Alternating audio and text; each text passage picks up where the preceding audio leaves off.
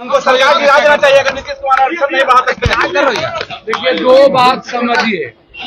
पहले तो जो लगातार बच्चे की मौत हो रही है कोचिंग वाले में, उसमें है कि पटना में जितना कोचिंग माफिया है, कोचिंग माफिया के लिए एक गाइडलाइन बने, एक एडवाइजरी बने, उस पर सरकार का अंकुश हो।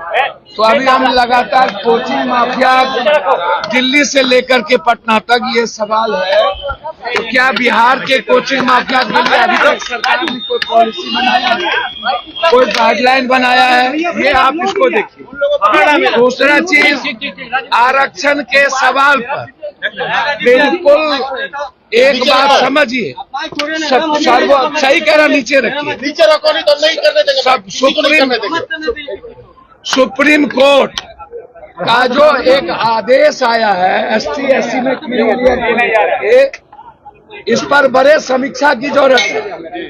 एक तरफ आरक्षण को लगातार कटल करने की, दूसरे तरफ आरक्षण जब बिहार में या तमिलनाडु में पहले भी दिया गया 67%, उसके बाद मेरा एक आग्रह है, सिर्फ यह कहना कि नीतीश कुमार जी यदि डबल इंजन इसको अध्यादेश नहीं ला पाते हैं, भैया तो क्या बोलेंगे आप लोग, ऐसे करिएगा तो भैया मैं क्या कह रहा हूँ सुनिए। मेरा कहना यह है कि आरक्षण के सवाल पर 7 जज का जो आदेश है, इस पर बड़े समीक्षा की जरूरत है और सदन में इस पर चर्चा करने की जरूरत है। सर्वदलीय बैठक की आवश्यकता है। अब ST/SC में जिसकी आर्थिक, सामाजिक, शैक्षणिक आज भी 1.7 से ऊपर नहीं है और वहां भी क्रीमी लेयर की बात होगी, तो निश्चित रूप से एक समीक्षा की जरूरत है और उस पर अध्यादेश लाने की जरूरत है। लेकिन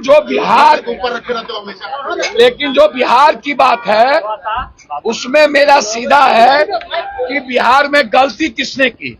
सरकार तो दोनों आदमी की थी ना।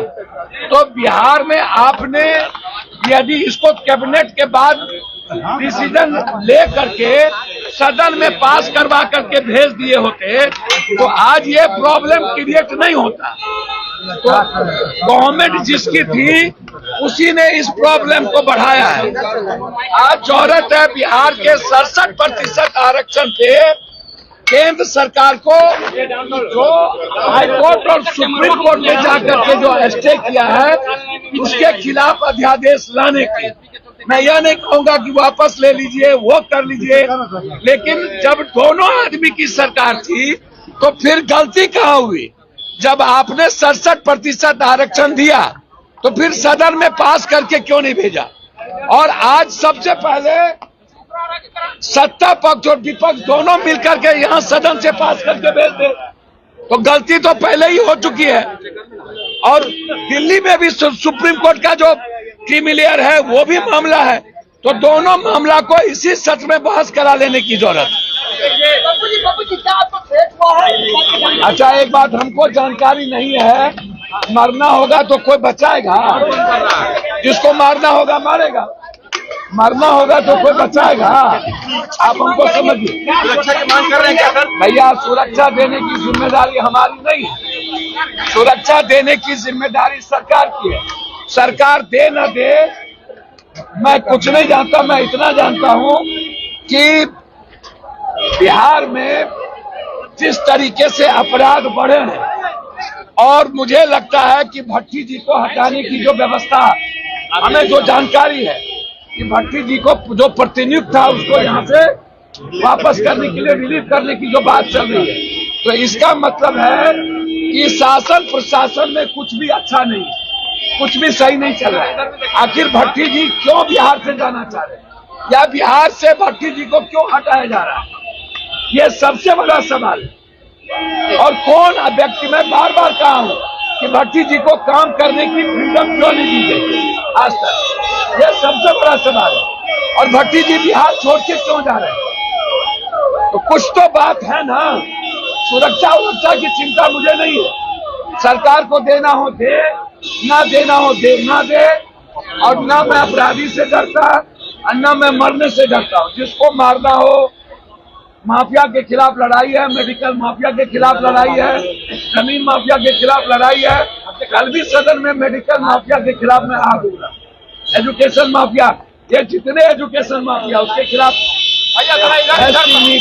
एजुकेशन माफिया पर निरंकुश लगना चाहिए, उस पर गाइडलाइन होना चाहिए और सरकार एक नियमावली बनाए किसी भी कीमत पर। सबसे ज्यादा शोषण बिहार के बच्चों का एजुकेशन माफिया कर रहा है, इसलिए है सीधा लड़ाई है, एजुकेशन माफिया से भी है, मेडिकल माफिया से भी है, इसीलिए जान की चिंता मुझे नहीं। सर, आरक्षण के अंदर आरक्षण की बात हो रही है, बिल्कुल गलत है।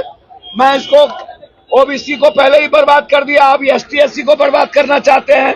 इस पर सदन में चर्चा की जरूरत है, जरूरत पड़े तो अध्यादेश लाने की जरूरत है।